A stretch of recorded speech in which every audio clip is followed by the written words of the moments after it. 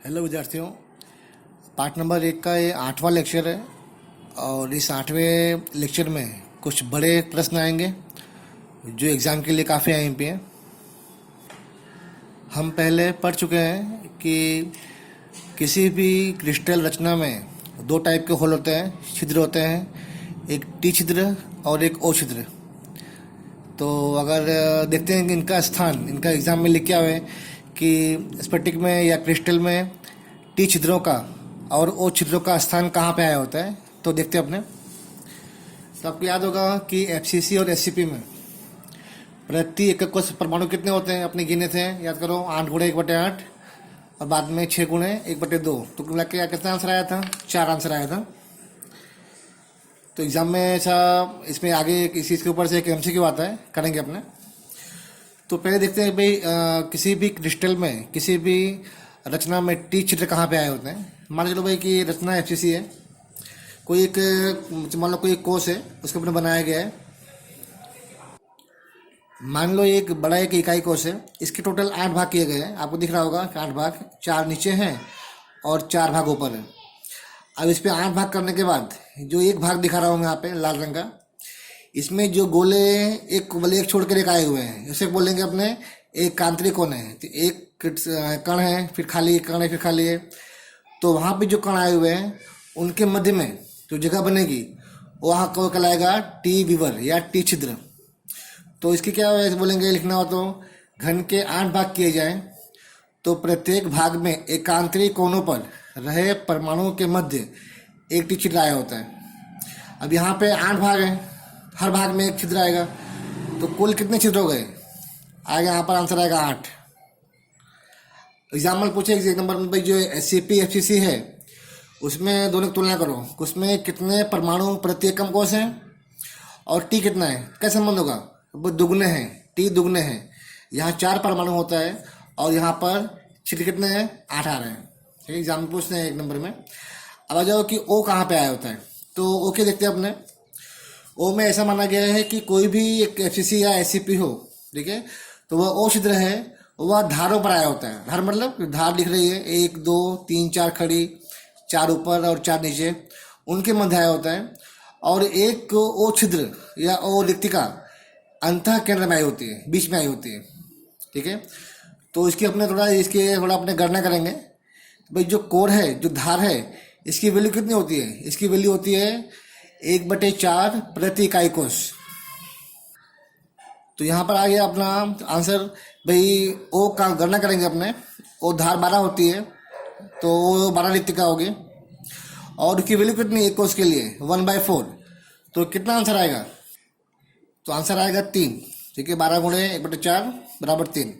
और एक अंतर केंद्र में बात किया था अपने, बीच में एक वाला, बीच में एक होला है, वो तो अंदर ही रहेगा, उसकी वैल्यू 1 ही होती है। तो अंतर केंद्र में एक और रिक्तिका है। कुल कितनी हो गई? 3 + 1 4, 4 और रिक्तिका हो गई। तो एग्जाम में ऐसा बोले आपको कुछ एमसीक्यू टाइप का।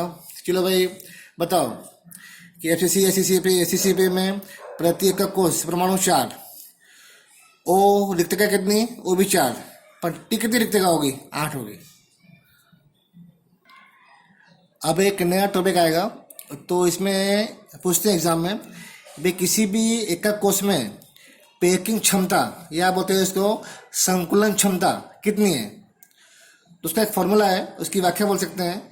किसी भी एकक कोश में प्रति एकक कोश परमाणु का आयतन, इसमें परमाणु आए हुए हैं उसका आयतन, और बटे में क्या होगा? एकक कोश का कुल आयतन गुणे 100। ठीक है, तो आपको याद होगा, अगर सरल घन में 1 परमाणु होता है प्रति एकक कोश, बीसीसी में 2 परमाणु होता है, एफसीसी में 4 परमाणु होता है। चलो एग्जाम में लिख क्या हुआ है कि सरल घन जालक में पी निकालो, पैकिंग इफिशियंसी या उसमें कितनी क्षमता है संकुलन की, वो निकालो। तो कैसे ज्ञात करेंगे? आपने हल कर रहे हैं क्वेश्चन, एग्जाम में 2 नंबर का या 3 नंबर का आएगा। पहले आपके लिए फिगर आएगी, यहाँ पर दिखाना पड़ेगा भाई कि 8 कोने में 8 कण आए हुए हैं, 4 आगे 4 पीछे आए हुए हैं और वे आपस में टच कर रहे हैं। तो इसकी भुजा की लंबाई कितनी हो गई? ए हुई। और जो गोले आए हुए हैं उनकी कितनी त्रिज्या है? त्रिज्या आर है। तो यह लिखेंगे अपने। ये तो आपको याद होगा, यहाँ पर 8 × 1/8 एक आता है, एक परमाणु प्रति इकाई कोश है। अच्छा, अब कितनी भुजा की लंबाई हो गई? 1, ठीक है। तो एल बराबर ए हो गया। हमें निकालना है कि भाई इस घन का कितना आयतन होगा। घन है, घन का आयतन क्या होता है? एल का क्यूब, लंबाई का वो घन। तो यहाँ लंबाई कितनी हो गई? ए। ए कितना दिख रहा है आपको? आर और आर, ये पूरा ए है, सब ए दिखे गए हैं। तो ए कितना हो गया? 2r। अच्छा, अब सरल एकम कोश का क्या घन होगा, क्या आयतन होगा? एल क्यूब होता है। आगे लिखो ए क्यूब। ए कितना आ गया? 2r। क्या हो जाएगा इसका आंसर? 2r का क्यूब। आंसर हो गया आपका 8r का क्यूब। अब हमें निकालना है, ऊपर देखो सूत्र में नीचे का भाग आ गया, कुल आयतन आ गया। अब निकालना है प्रति एकक कोश में परमाणु का आयतन। तो आपको याद होगा कि कितने परमाणु आए हुए हैं? वास्तव में एक परमाणु आया हुआ है। तो परमाणु गोलाकार माना गया है, तो उसकी क्या त्रिज्या होगी? इसका त्रिज्या होगी r, और उसका क्या होगा? आयतन 4/3 पाई r का क्यूब। ठीक है, तो यहाँ पे घन जलक में एक परमाणु आया होता है, उसका कितना आयतन होगा? v बराबर एक परमाणु गुणे 4/3 पाई r क्यूब। अब आ जाओ कितना होगा? p बराबर, तो ऊपर आएगा उस कण का आयतन बटे क्या आ गया? कुल आयतन, जो अपने याद किया यहाँ पर, गुणे 100। आंसर आएगा काटने कूटने पर π/6 गुणे 100, और आंसर आ गया आपका 52.36%। उसका p है, उसकी क्षमता है जो संकुलन की, और 52.36 है, लगभग 52.4 है। अच्छा, इतनी जगह गोले घेर रहे हैं, परमाणु घेर रहा है, कितना जगह बाकी बचेगी? कुल जगह कितनी थी? 8r cube. इतना जगह गोला घेर लिया, परमाणु घेर लिया, कितना जगह बाकी बची? तो एग्जाम में आता है 1 नंबर में MCQ कि सरल घन में कितना स्थान शेष है। तो 100 में से निकाल दो 52.36, कितना आंसर आएगा? 47.64 स्थान शेष बाकी रहता है।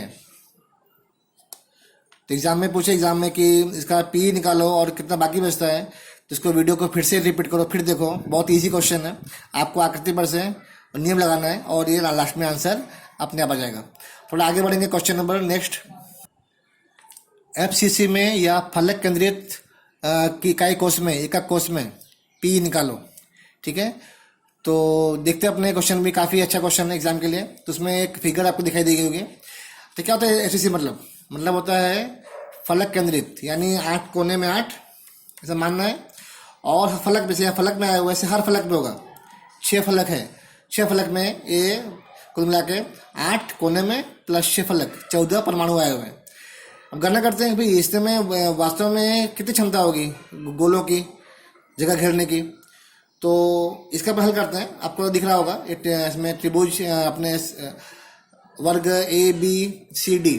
ठीक है, यहाँ पर ऐसा ले, अपने त्रिभुज ABC ले, तो त्रिभुज ABC में क्या बन जाएगा? ये बन गया आपका कर्ण, विकर्ण बन गया, भुजा की लंबाई बन गई। सूत्र एक ही आने वाला है कि p बराबर प्रति एकक कोश परमाणु का आयतन बटे में एकक कोश का कुल आयतन। तो वही अपने हल करते हैं अपने। माना कि भुजा की लंबाई a है। अब देखो त्रिभुज ABC में एक कर्ण हो गया, भुजाएं हो गई, तो क्या होगा? आएगा पाइथागोरस का प्रमेय। तो AC का वर्ग बराबर AB का वर्ग प्लस BC का वर्ग लिखा हुआ है। ये लंबाई जो कर्ण से b मान लो, लंबाई b है तो b का वर्ग हो गया। भुजाओं का लंबाई कितनी a है? a का वर्ग हो गया। क्या हो गया? b बराबर a वर्ग प्लस a वर्ग, कितना हो गया? b वर्ग बराबर 2a का वर्ग। b कितना हो जाएगा? एक निकाला वर्ग का वर्गमूल √2 × a, नंबर 1। अब मान लो कि जो गोला दिया है उसकी त्रिज्या r हो, तो क्या हो गया? यहाँ पे AC बराबर r, ये तो बाहर का भाग है वो नहीं आएगा, r प्लस 2 बार r, पूरा गोला है, और यहाँ पर r, ये भाग बाहर आए वो नहीं करने का, कितना हो गया? 4r। तो आपका जो b बराबर हो गया 4r, लिखने का b बराबर 4r। अब जहाँ पर b लिखा था रखो b की वैल्यू, 4r बराबर √2a, 1 पर से ये कितना आ जाएगा? यह जाएगा आपका 4/√2r।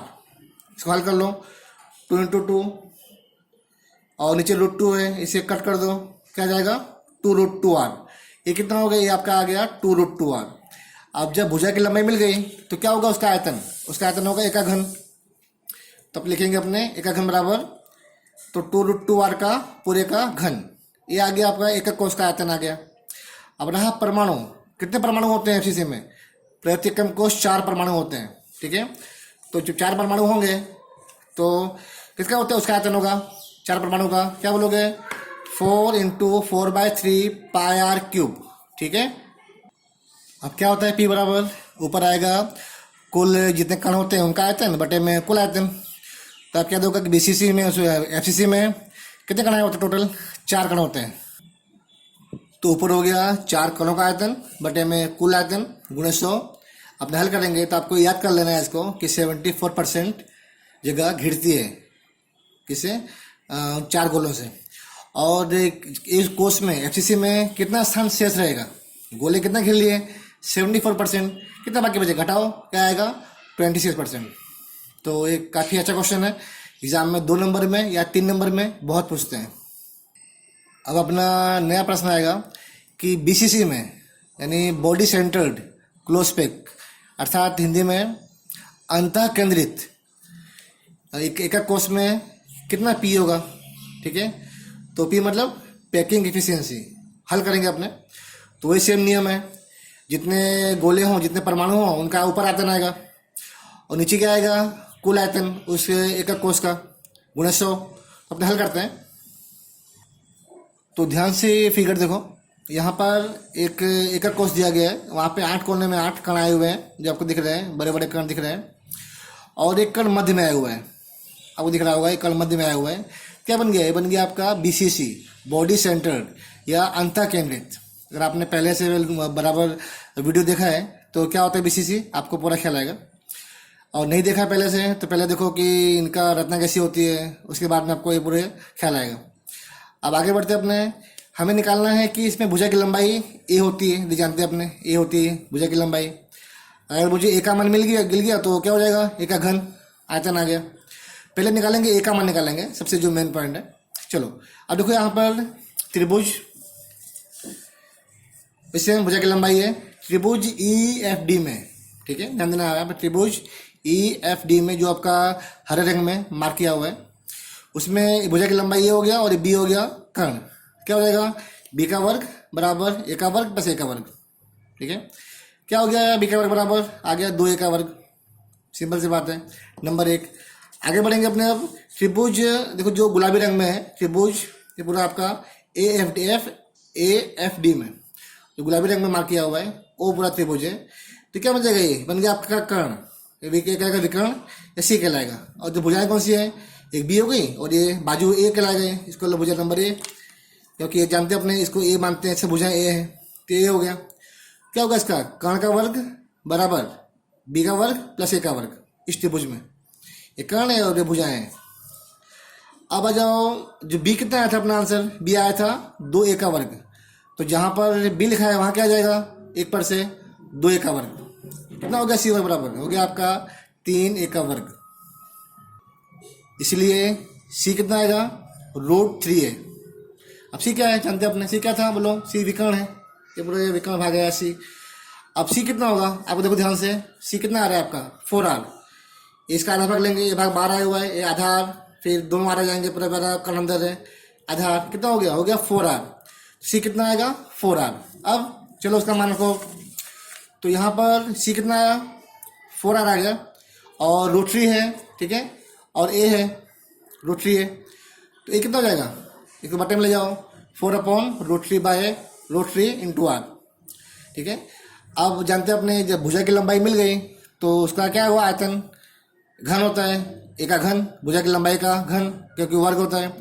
वी कितना हो गया इसका, ए कितना आया था 4/√3 r पूरे का घन नंबर 2।